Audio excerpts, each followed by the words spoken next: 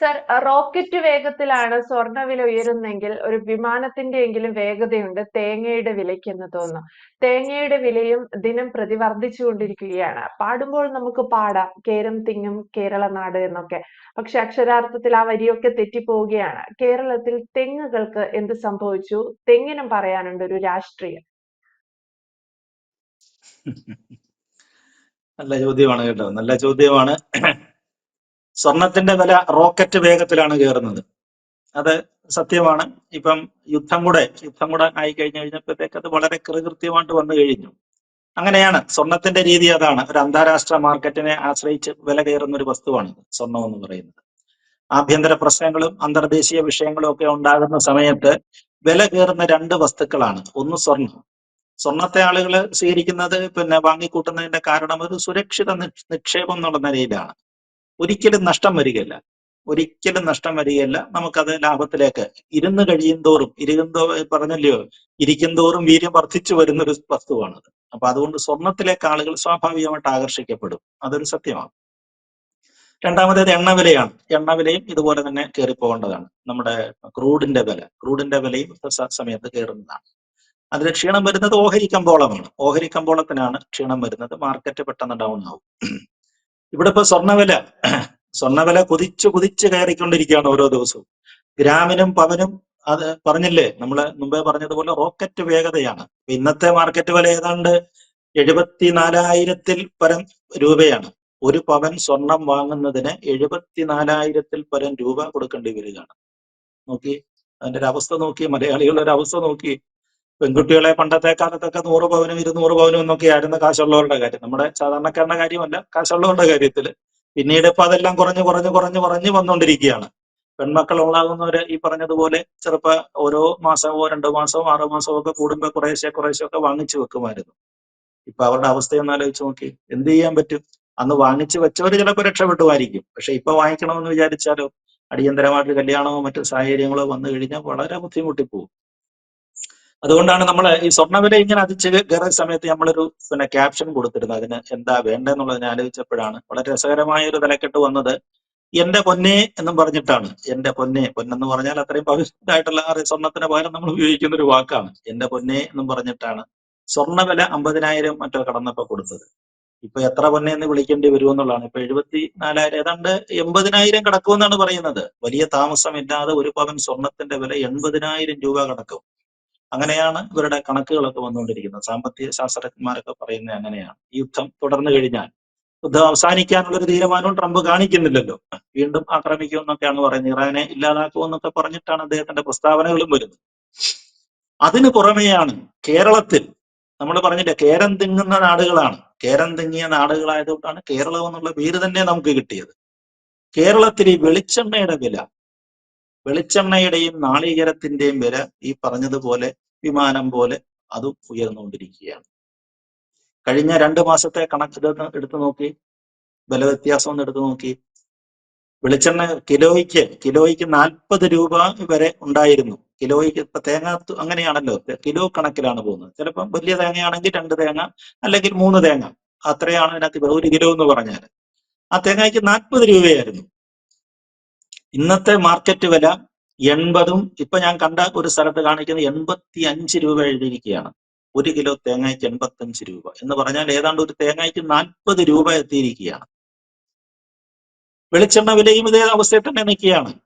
വെളിച്ചെണ്ണ വില നല്ല ബ്രാൻഡുകൾ എന്നൊക്കെ നമ്മൾ വിശേഷിപ്പിക്കുന്ന, സർക്കാർ ഔദ്യോഗികമായിട്ടൊക്കെ ഉപയോഗിക്കുന്ന വെളിച്ചെണ്ണകൾ, കേര എന്ന് പറയുന്ന ഒരു ബ്രാൻഡിനാണ് നല്ല ബ്രാൻഡ് എന്നൊക്കെയാണ് പറയുന്നത്. നമുക്കറിഞ്ഞുകൂടാ, കൃത്യമായിട്ട് അറിഞ്ഞുകൂടാ. എന്തായാലും ആളുകൾ കൂടുതൽ വാങ്ങുന്ന കേര ബ്രാൻഡാണ്, വിശ്വാസ്യതയുടെ പേരിൽ വാങ്ങുന്നത്.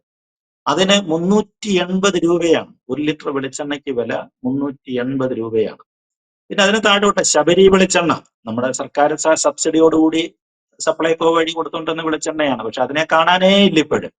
ശബരി ഒരു സപ്ലൈകോയിലും, ഞാൻ കഴിഞ്ഞ കുറെ ദിവസങ്ങളായിട്ട് കുറെ സ്ഥലങ്ങളിൽ ഞാൻ അന്വേഷിക്കുന്നുണ്ട്, ശബരിയെ കാണുന്നേ ഇല്ല. വില കുറഞ്ഞ വെളിച്ചെണ്ണയാണത്, നല്ല വെളിച്ചെണ്ണയാണ്, സർക്കാർ കൊടുക്കുന്നതായതുകൊണ്ട് ധൈര്യത്തോടെ കയറി നമ്മൾ വാങ്ങിക്കുന്നതുമാണ്. ശബരിയില്ല, കേരയ്ക്ക് ഈ വിലയാണ്.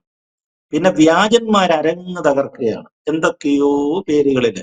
ഓരോരോ കേരളത്തിന് സമാനമായതും പരിശുദ്ധം എന്നൊക്കെ പരിശുദ്ധി ഉള്ളത് എന്നുള്ളത്, പരിശുദ്ധം ബ്രാൻഡ് നല്ലതാണെന്നാണ് എനിക്ക് തോന്നുന്നത്, എനിക്ക് അറിഞ്ഞൂടാ അതിനെക്കുറിച്ച്. പരിശുദ്ധി ഉള്ളത് അങ്ങനെയൊക്കെയുള്ള ഇതുമായിട്ടൊക്കെ ചേർന്ന് വരുന്ന കുറെ പേരുകളിൽ ഒരുപാട് ബ്രാൻഡുകൾ വെളിച്ചെണ്ണ ഇറങ്ങുന്നുണ്ട്. ഇത് നല്ലത് ഏതാ ചീത്ത ഏതാന്ന് നമുക്ക് അറിഞ്ഞുകൂടാ.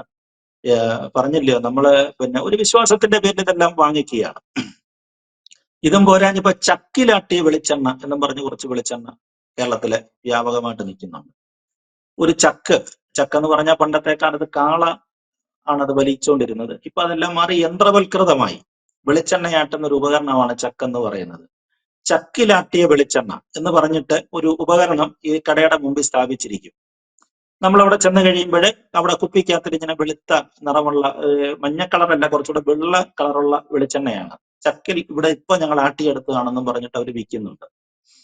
അറിയത്തില്ല നല്ലതാണോ ഇല്ലയോ എന്നുള്ളത് അറിയത്തില്ല. പക്ഷേ സോഷ്യൽ മീഡിയയിലൊക്കെ വരുന്ന ആരോപണം വരുന്നത് ഇതൊക്കെ തമിഴ്നാട്ടിൽ നിന്ന് വരുന്ന വില കുറഞ്ഞതും ഈ ഇതില്ലാത്തതുമായ, വലിയ ക്വാളിറ്റി ഇല്ലാത്തതുമായ കൊപ്ര ഉപയോഗിച്ചുണ്ടാക്കുന്ന വെളിച്ചെണ്ണയാണെന്നാണ് പറയുന്നത്. അതിലും വലിയ ഗുണമില്ലെന്ന് ആരോപണമുണ്ട്. സത്യമാണോ എന്ന് അറിഞ്ഞുകൂടെ, ആരും നിഷേധിച്ചും കണ്ടിട്ടില്ല.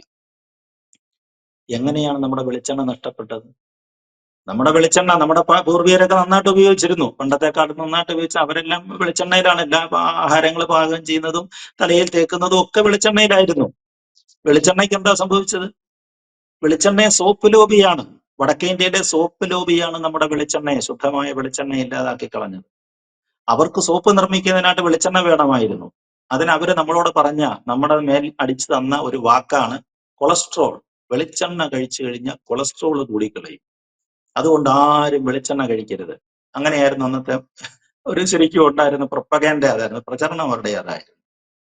ആളുകൾ ഭയന്നു പോയി. നമ്മൾ ആരോഗ്യത്തെക്കുറിച്ച് വലിയ ബോധവാന്മാരാണല്ലോ, നമ്മുടെ പ്രത്യേകിച്ച് മലയാളികള് വളരെയേറെ ബോധവാന്മാരാണ്. അതുകൊണ്ടാണല്ലോ കേരളത്തില് മുക്കിനും മൂലയ്ക്കുമായിട്ട് നൂറുകണക്കിന് മെഡിക്കൽ സ്റ്റോർ നിൽക്കുന്നത്. ഓടിച്ചെല്ലുക, മരുന്ന് മേടിച്ച് കഴിക്കുക.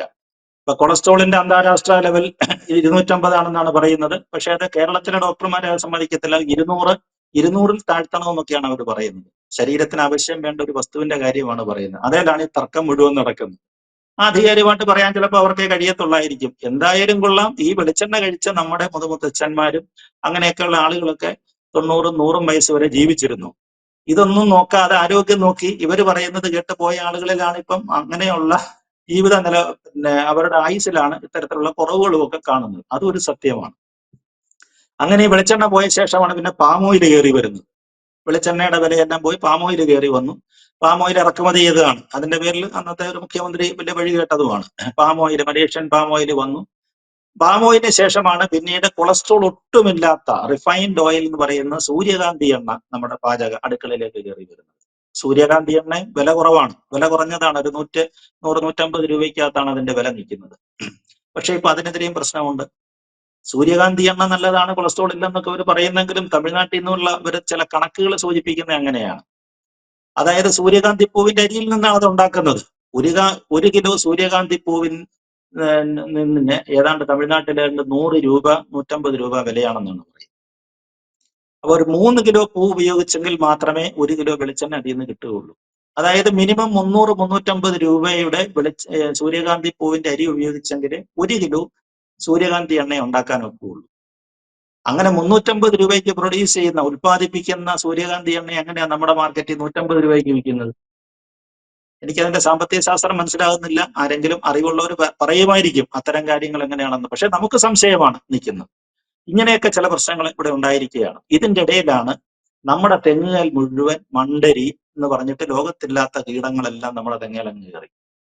തെങ്ങിനെ ആരും ശ്രദ്ധിക്കാതെ പോയി. ആ സമയത്ത് എല്ലാവരും പാം ഓയിലിന്റെയും സൂര്യകാന്തിന്റെയും പുറകിന് പോയതുകൊണ്ട് തെങ്ങിനെ ആരും ശ്രദ്ധിക്കാതെ പോയി.